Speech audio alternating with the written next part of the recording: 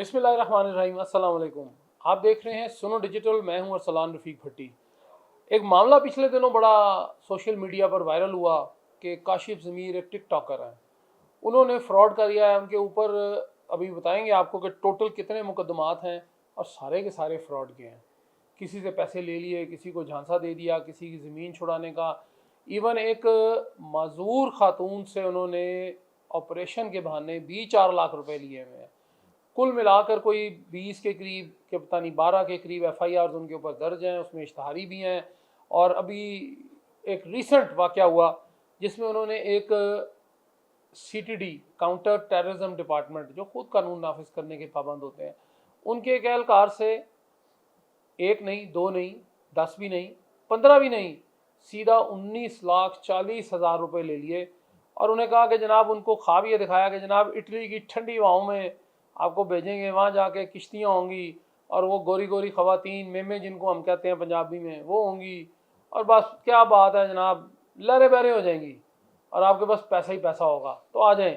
वो बेचारा गरीब आदमी झांसे में आ गया, पता नहीं मामे से पैसे पकड़े, चाची से पकड़े, किस से पकड़े, पकड़ कर उसने खैर 19,40,000 रुपये दे दिए। और उसके बाद अब मामला ये है जी कि मामला अदालतों में चला गया। और देखते हैं, पहले तो जी ये दोस्त मोहम्मद CTD के एहलकार हैं, इनसे पूछते हैं कि जनाब ये फंसे कैसे।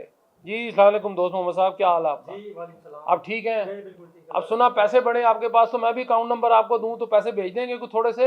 जी अरसलान साहब, सबसे पहली बात है कि मैं आपका शुक्रगुजार हूँ कि आपने मुझे बुलाया अपनी शो में। और अरसलान साहब, मैं इसके साथ मेरी दोस्ती सोशल मीडिया पे हुई थी, टिकटॉक पर। मैंने इसको खुद मैसेज किया था।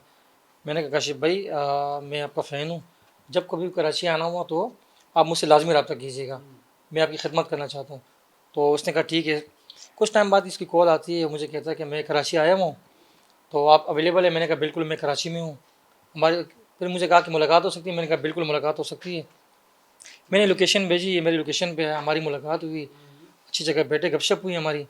तो फिर उन्होंने मुझसे कहा बातों बातों में क्या करते हो आप? मैंने कहा मैं इस तरह CTD का मुलाजिम हूँ अल्हम्दुलिल्लाह।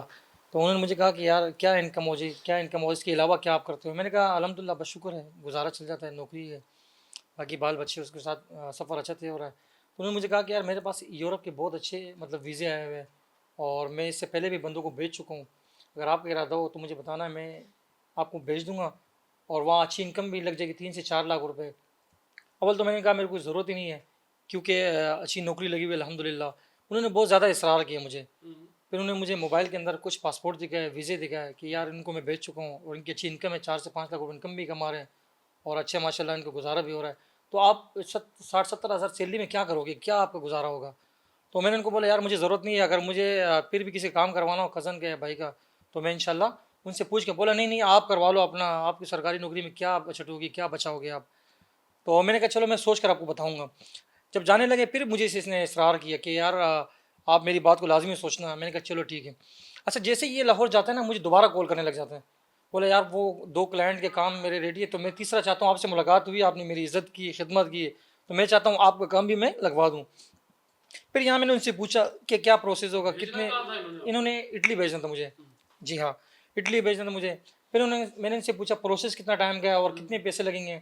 मुझे इन्होंने कहा कि यार तकरीबन 20 लाख रुपए लगेंगे, 1 मंथ का मैं आपको यहाँ से मूव करवा दूंगा। मैंने कहा चलो मैं बताता हूँ आपको। 2 दिन बाद मैंने भाई से मशवरा किया और फिर मैंने उनको कहा ठीक है, प्रोसेस टाइमिंग आपने मुझे बता दी, 1 महीना। पैसों के शेड्यूल किस तरह?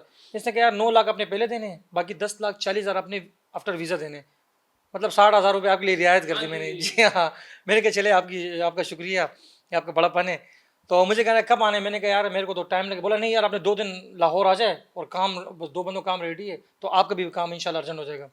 मैं वो 9 लाख रुपए लेकर लाहौर आ गया अपने अकाउंट में। तो मुझे रिसीव किया। और अच्छा ये भी नहीं कि मुझे गाड़ी में बिठाकर मुझे कहने लगे पेमेंट का है। एक बंदा होता है ना, कराची से आया, दूसरे सूबे से, बंदा बिठा रहा है होटल में, बैठ जाते, चाय चाय पी के बंदा गपशप मार रहा है। नहीं, कोई ऐसी गपशप नहीं। वो कहा कि यार वो पेमेंट, मैंने कहा पेमेंट तो अकाउंट में है, आप मुझे अकाउंट नंबर भेज दें, मैं आपको अकाउंट में लगवा देता हूँ। बोला यार अकाउंट का इशू चल रहा है मेरा, आप इससे करें मेरे मतलब मुझे कैश करवा दे। मैंने कहा कैश में कहाँ से करवाऊँ, कोई चेक दे दे। चेक भी उन्होंने मुझे कहा कि यार चेक गुम हो गए थे, मैंने उसके बाद जो है ना निकलवाया नहीं। मैंने कहा शिप इन टाइम में आप जो है ना चेक ना कोई बोला यार मैं आपके लिए इतनी अच्छी एफर्ट कर रहा हूँ, आपको बाहर भेज रहा हूँ, इतने कम पैसों में भेज रहा हूँ, तो लास्ट टाइम आप मुझे कहते कि चेक दे दो, अकाउंट दे दो। फिर यहाँ मैं मजबूर भी हो गया, मैंने कहा यार मैं एक तो पेमेंट लेकर आया हूँ, दूसरी बात ये कि मुझे फोर्स भी कर रहा है। मैंने वो पेमेंट 9 लाख रुपए वहाँ गुलबर्ग में जो है ना फिरदौस मार्केट पे एक शॉप थी ऐसे, मैंने वहाँ से जो है ना कैश करवाया, मैंने उसको 9 लाख दे दिए। 9 लाख देने के बाद उन्होंने कहा कि आपने यहाँ स्टे करना है 1 हफ्ता, मैंने आपको ऑफर लेटर देनी है, तो इंशाल्लाह काम आपका बहुत जल्दी हो रहा है। मैंने कहा ठीक है। अच्छा, वो 4-5 दिन गुजरने के बाद मुझे कॉल करता है, कहते हैं कि यार दोस्त मोहम्मद आपने बाकी पेमेंट भी अरेंज करनी है। मैंने कहा आपके साथ तो मेरी ज़बान भी थी कि आफ्टर वीज़ा 10,40,000 देने। बोला नहीं, वो असल में अर्जेंट काम हो रहा है, मेरे एम्बेसी के साथ बात हो गई है, तो जितना जल्दी हो सके ना आप पेमेंट अरेंज करें और 4 से 5 दिन के। मैंने कहा यार मैं कोशिश करता हूँ, वैसे पॉसिबल नहीं है क्योंकि बड़ी रकम है 10,40,000 रुपये। तो वो फिर मैंने जो है ना, ये मुझे दिन में 10 से 15 कॉलें डेली करते थे कि यार पेमेंट का क्या बना। फिर मैंने भाई को कहा, भाई को मैंने कहा यार काम अर्जेंट हो रहा है, क्या करूँ। उसने कहा भाई ने कुछ किए, कुछ मामू ने किए, कुछ दोस्तों ने किए, कोऑपरेट किया सब ने मिलकर। वो करते करते मैंने बाकी पेमेंट जो है ना 10 से 15 दिन के अंदर उसको 19,40,000 कैश करवा दिए।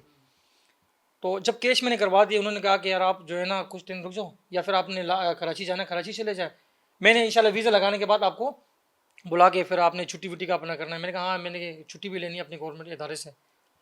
मैं जब कराची गया तो 1 महीने गुजरने के बाद मैंने उसको कॉल कर स्टार्ट, मैंने कहा काशिफ भाई वीज़ा नहीं है अभी तक, क्या हो, मतलब यार काम चल रहा है। इस असला में 2 महीने हो गए। मैंने कहा काशिफ भाई आप ना मुझे बाहर भेज रहे हो ना मेरी कॉल रिसीव करते हो। मैंने कहा इस तरह गलत बात है। फिर हमारी तल्ख कलामी हुई, उस तल्ख कलामी में जो है ना मतलब काफ़ी जो है ना बातचीत उसने, मैंने कहा भाई मेरे आपकी तमाम रिकॉर्डिंग्स मेरे पास पड़ी हुई है, अगर आपने मुझे पेमेंट नहीं की तो मैं आपकी वो रिकॉर्डिंग जो है ना सोशल मीडिया पे वायरल कर दूंगा। तो इसमें इसने मुझे गंदी और गलीज किस्म की गालियाँ भी दी, धमकियाँ दी मुझे, अगर तुमने इस तरह किया मैं तुम्हारे खिलाफ पर्चा करवा दूंगा, तुम्हें जो मैं नौकरी से निकलवा दूंगा, तुम्हारी डीआईजी को फ़ोन करवा दूंगा कि तुम डंकी के जरिए बाहर भाग रहे थे, डंकी मार रहे थे, हालांकि ऐसी कोई बात ही नहीं, मुझे उल्टा ब्लैकमेल कर रहे थे। मैं वहाँ परेशान हो गया, मैंने कहा ये तो मैंने ये क्या कर दिया। तो बड़ी मजबूरी से फिर मैं परेशान होता, मैं फिर अपने कज़नों के नंबर से कॉल करूँ, मेरी आवाज़ सुनी मुझे ब्लॉक कर दे, व्हाट्सअप करूँ मुझे ब्लॉक कर दे। फिर मैं मायूस होकर जो है ना बड़ा मायूस हुआ, मैंने कहा मैं पेमेंट जो फंस गई है। फिर मैं कराची से लाहौर आया, मुझे यहाँ किसी ने कहा कि यार डीआईजी ऑपरेशन फैसल कमरान साहब बहुत अच्छे इंसान है, वो आपकी हेल्प भी कर सकते हैं। मैंने एक एप्लीकेशन डीआईजी फैसल कमरान साहब के नंबर पर फॉरवर्ड करनी थी। अल्हम्दुलिल्लाह मुझे वहाँ से 15 मिनट के अंदर फिल फॉर कॉल आ गई कि आपने डीआईजी ऑफिस है ना।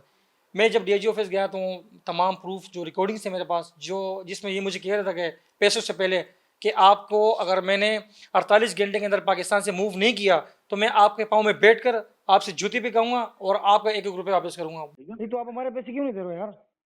तो यार आप उसको को मुझे फोन कराए पहले, मैंने तो नहीं मैसेज फोन क्यों सुना, कराए? उसको फोन कराए, उसको फोन कराए पहले। यार आप हमारे जुए में पैसे आ रहे हो काशिफ भाई, जुआ खेल दो आप हमारे पैसों पे, पैसे दो हमारे काम खत्म करो भाई। नहीं तो मैं कसम खुदा की जा रहा हूँ, सोशल मीडिया पे जा रहा हूँ, मेरे पास सर आपकी सारी रिकॉर्डिंग है, वीडियो है आपकी। छोड़ो यार, इस तरह नहीं करो यार, पैसे लेके आप ढूंढ नहीं उठाते हो हमारे यार, इस तरह नहीं करो यार, हमारे पैसे दो हमें यार काशिफ भाई। ये कैसी बात हो गई यार, आगे से फिर आप गालियां देते हो, धमकी दे रहे हो हमें, हम भी इज्जतदार लोग हैं, हमारा भी घर है भाई यहाँ पर, हमें पैसे दो काशिफ भाई हमारे यार, या हमारे झरके हो रहे लोग हमारे घरों पे आ रहे हैं। फिर मैंने इससे कहा कि काशिफ भाई मैं कोशिश कर रहा हूँ, लगा हूँ, काफ़ी इसरार के बाद मैंने, फिर उसने मुझे कहा कि दोस्त मोहम्मद यार मेरे पास अगर पैसे होते ना तो मैं अपनी जेब से लगवा था। एक रिकॉर्डिंग इसने मुझे ऐसी की ना कि मैं खुद जुए में 18 लाख रुपए हार गया हूँ दोस्त मोहम्मद, नहीं तो मैं आपके पैसे खुद दे देता। मैंने जब जुए का नाम सुना मैं यहाँ बहुत परेशान हुआ, वो रिकॉर्डिंग में मेरे पास मैं आप लाजमी अपने शो में लगवाया।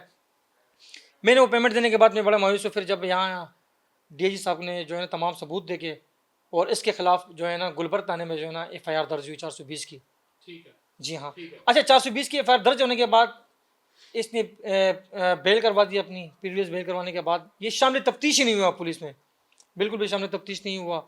और अभी मैं फिर मायूस हो गया यहाँ अपने पंजाब पुलिस से भी, मैंने कहा यार एक इसके खिलाफ एफआईआर करी और कोई मुझे जो है ना इंसाफ ही नहीं मिला।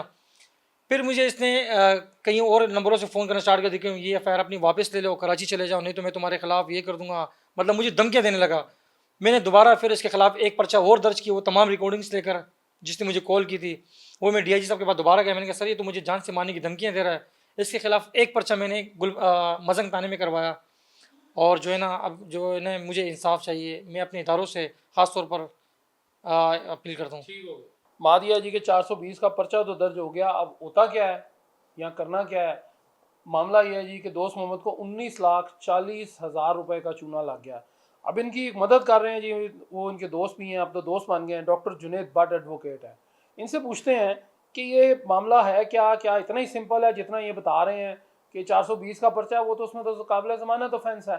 जी डॉक्टर साहब, क्या हाल है जनाब का? ठीक है डॉक्टर साहब, ये बताएं कि 19,40,000 का चूना लग गया और वकील तो बगैर फीस के काम नहीं करता, तो आप बताइए कितनी फीस चार्ज की है या करनी है, या 19,40,000 बरामद कराएंगे? और ये टोटल कितनी FIR है ये जो टिकटॉकर है काशिफ ज़मीर? बट सब 420 की FIR अवेलेबल है, आपको भी पता है, आप जानते हैं।